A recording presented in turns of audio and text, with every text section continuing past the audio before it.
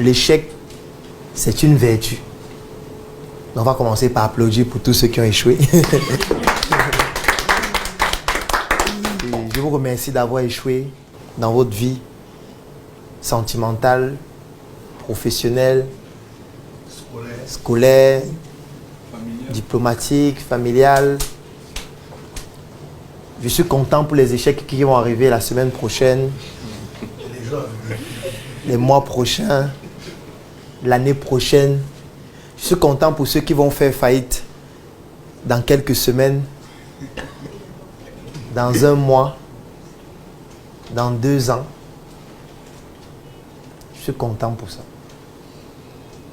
Parce qu'en réalité, l'échec, c'est une vertu. L'échec doit être célébré plus que le succès. Parce qu'en réalité, du succès, on n'en tire pas grand-chose.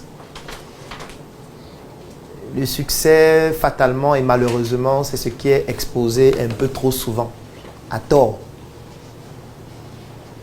Parce que la plupart des succès n'en sont pas. La plupart des succès ne sont que des composantes d'échecs réguliers.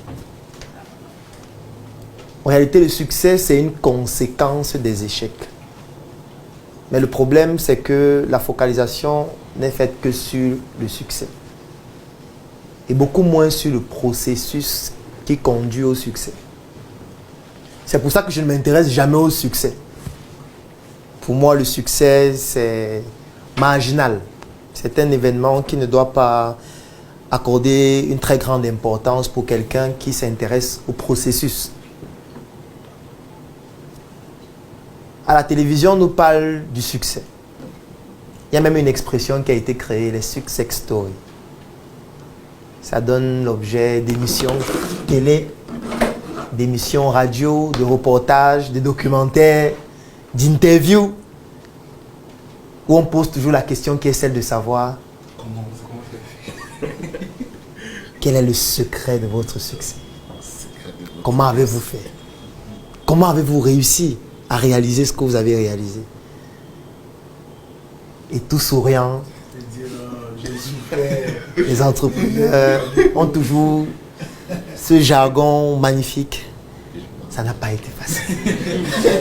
Il faut beaucoup travailler. Les jeunes ne travaillent plus.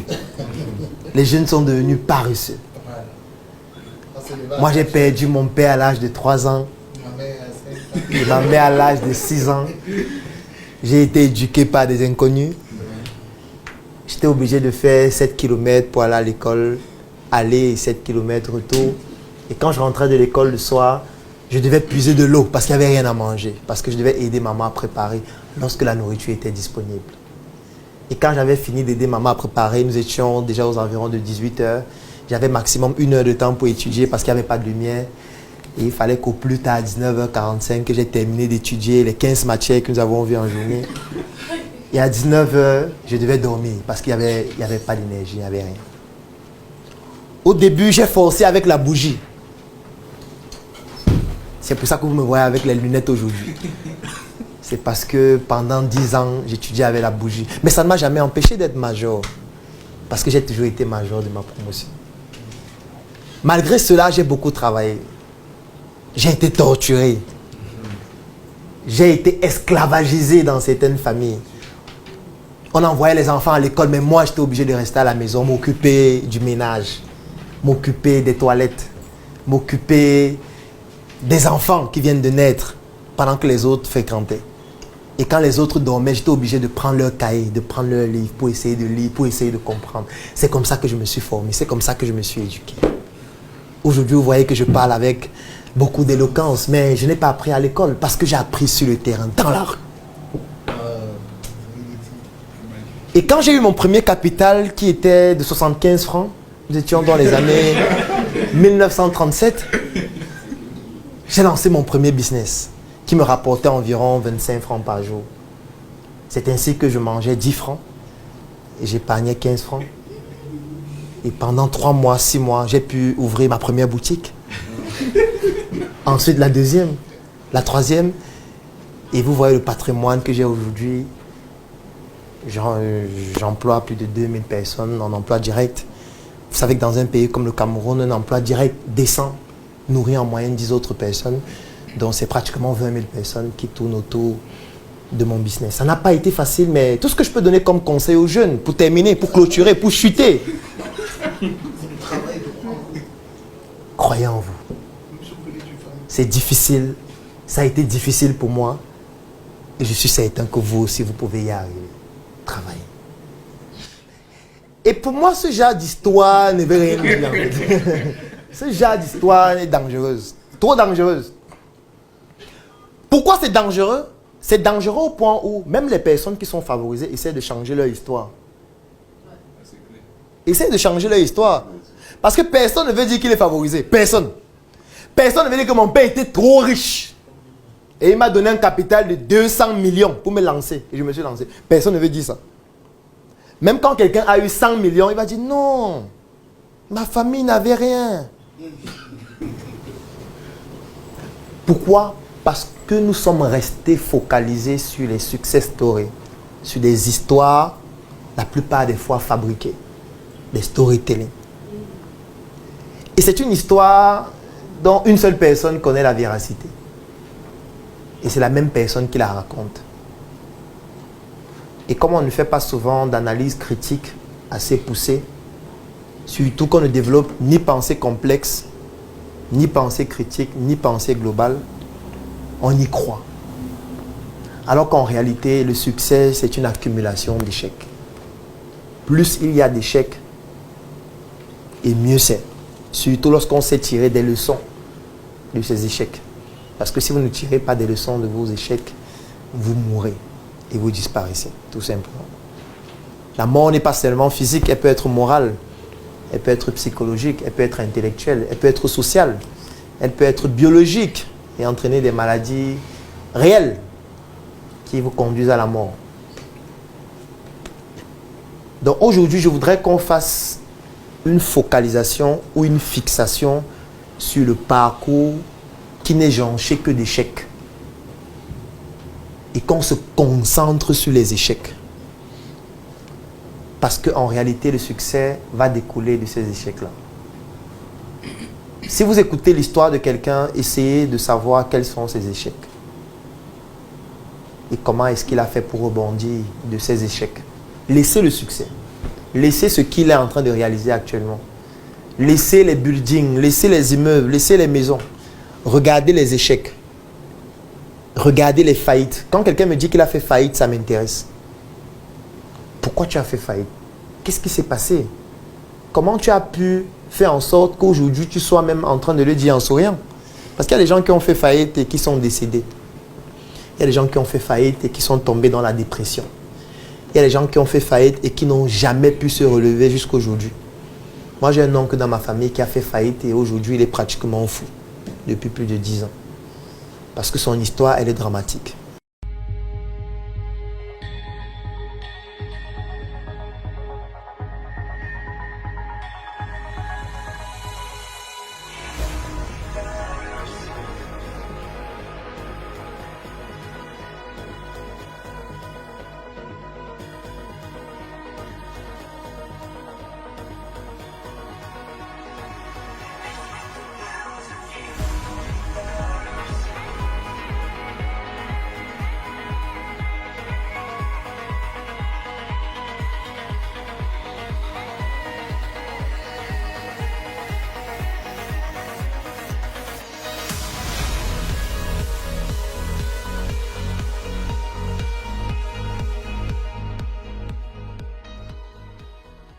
Que diriez-vous d'un groupe dans lequel nous parlons projet, business, opportunités d'affaires et investissement?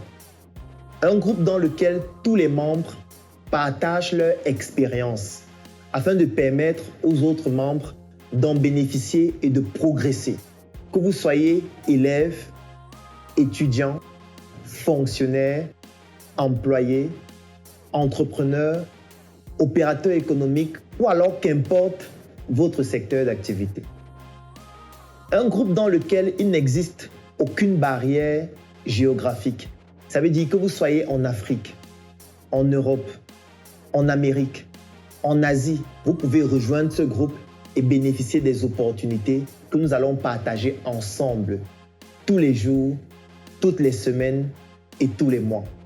Un groupe de passionnés de l'Afrique, un groupe de personnes qui souhaitent mettre leurs moyens intellectuels, leurs moyens physiques, leurs moyens logistiques, leurs moyens en termes de lobbying et leurs moyens économiques afin de permettre à l'Afrique de briller à travers des Africains qui ont des projets, qui ont des opportunités d'affaires, qui ont des investissements qui doivent se développer par l'apport des Africains qui se retrouvent partout à travers le monde.